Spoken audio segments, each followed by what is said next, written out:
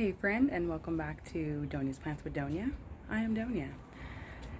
On this channel, I talk to you about the houseplants and actually the plants that I have outside, which is what I'm reviewing today, and just what I know about caring for them. I'm not going to really talk too much about care today unless I know what the care needs are.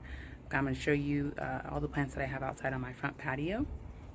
Just take you around a tour. I'll do my best to remember the names of the plants. And yeah, if you find this information helpful, informative, entertaining, if you feel like we're a great fit, I definitely invite you to subscribe to my channel and leave a thumbs up and a like and a nice comment down below. Let's go ahead and get started.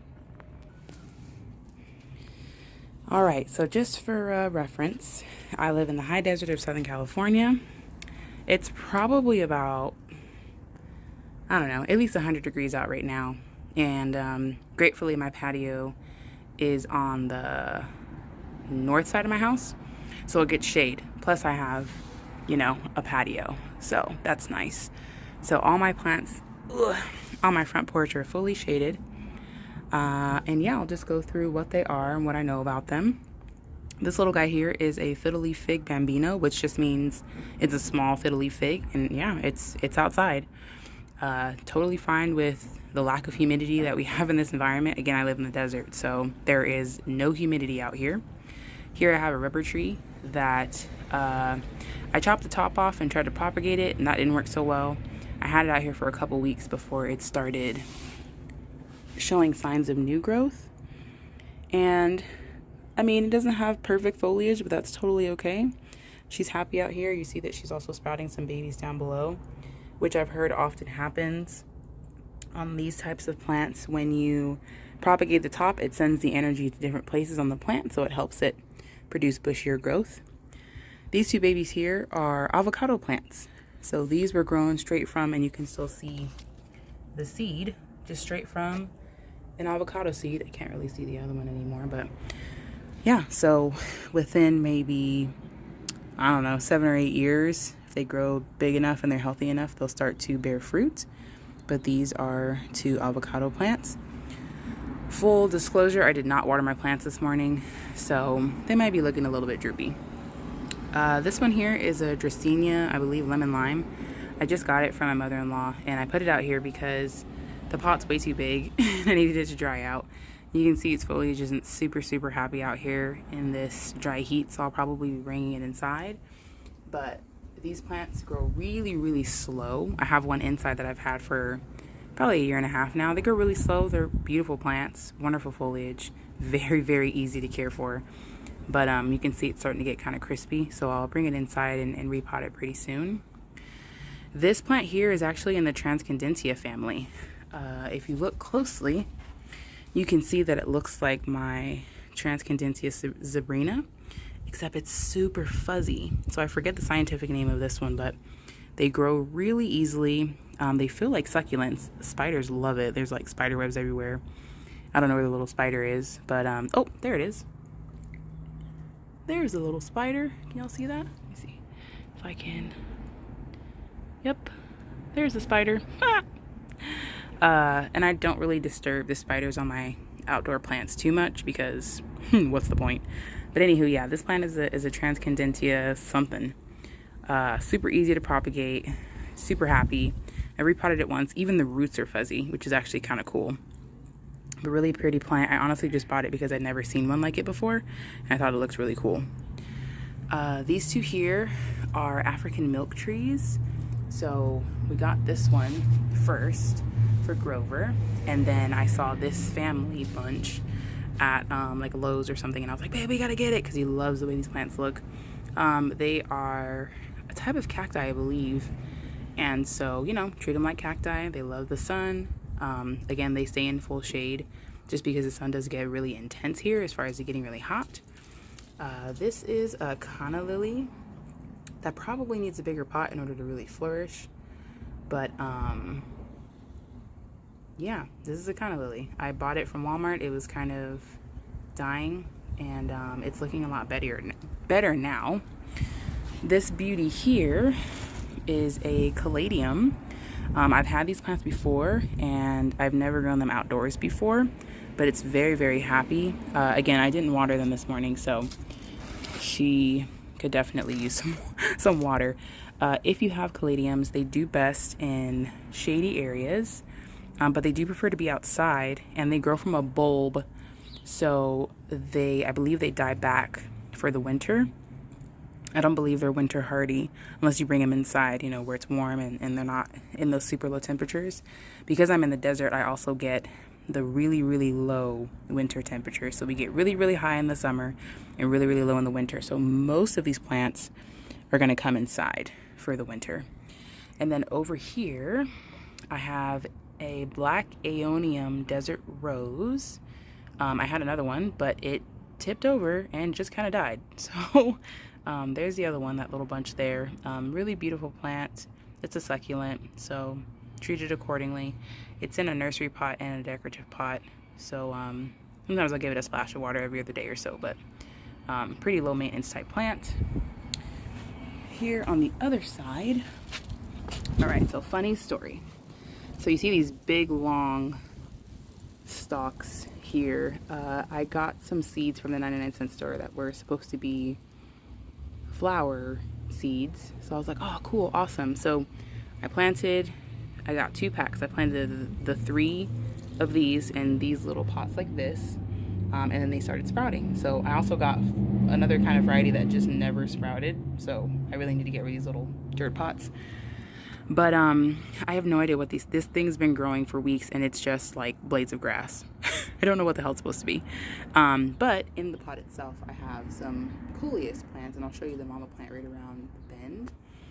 Here I have some lavender, which I trimmed recently, and it's got some new growth since I trimmed it. I'm learning that you have to be very, very on top of trimming your lavender in order to make sure that the foliage has a chance to do what it's supposed to do from season to season. So I may have to get a little better at that going forward. And then over here I have some rosemary that I literally just got from Walmart. I trim it every once in a while and put some in my tea and stuff. Here I have a begonia who I had inside for a while, and now that I have it outside, she's doing a lot happier. She's kind of leaning a little bit. Oh look, she's sprouting a baby. Holy crap, I didn't even know. And her name is Doña the begonia, because one of my aunts calls me Doña begonia. But anyway, I didn't even know she was sprouting a baby, so she's super happy. I might give her another little stake to help her stand up a little taller. These succulent plants I've had for over a year. Not these stringy ones. These ones I just jacked from like a Carl's Jr. drive-thru. I'm not even sure what they are. But these ones, I forget what they're called, and I have a whole nother pot of them, but they're very, very awesome. They die back in the winter, and then they just regrow. Like, I haven't done anything to these plants. I probably need to like fertilize them and stuff come next season, but very easy to grow. They flower. These ones aren't flowering, but the ones on the other side are, and I'll show you those. And someone's being super loud and obnoxious with their car.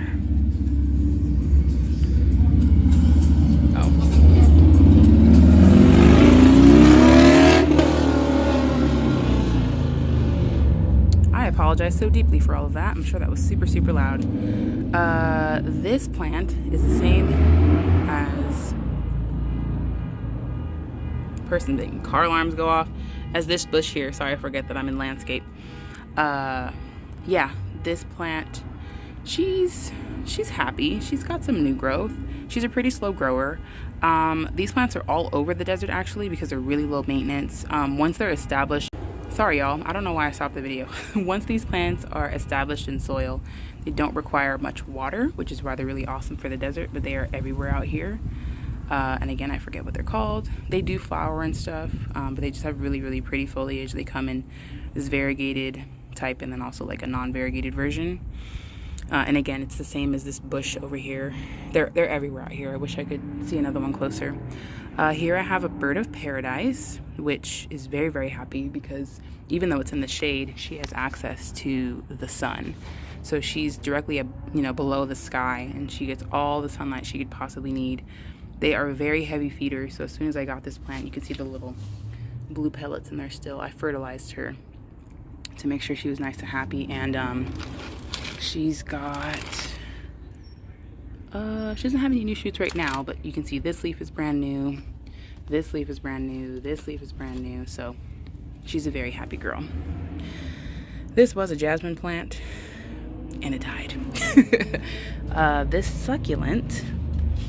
Dang, that dude's really coming around again. All right, hold on real quick, y'all. Okay, hopefully y'all can hear me okay now. Sorry about that. Anywho, this succulent is also a plant that I rescued from Walmart. It was looking very, very sad and very, very flat. And since I put her out here, again, she's over on this side where she gets direct access to the sun. So she's right below the sky. She gets all the sunlight she needs, and she's been super happy. As you can see, she's sprouting out. I don't know if these are going to turn into flowers or if they're babies, but I believe this is an aeonium too. Might be wrong, but yeah. So here's another cutting of coleus. Here's the mama plant right here. It's actually two separate types of coleus plants. So there's this one here, and then this one with the darker foliage. I'm so sorry. I keep pressing stop instead of zoom out. Anywho, if you ever get a chance to get a coleus plant, just do it. They are super easy to grow. Very, very, very easy to propagate. You literally just snip them and put them into soil and they are happy. That's what I did for this one right here. I just snipped it and put it into water, or into soil, and it was very happy. This is the same as that other succulent plant that I have that I was telling you guys I've had for over a year. This one's starting to flower, and same thing. It's been in the same pot. I probably should add some more fertilizer come the next season, but yeah, they die back in the winter and then they just regrow. So super happy, super easy succulent plant.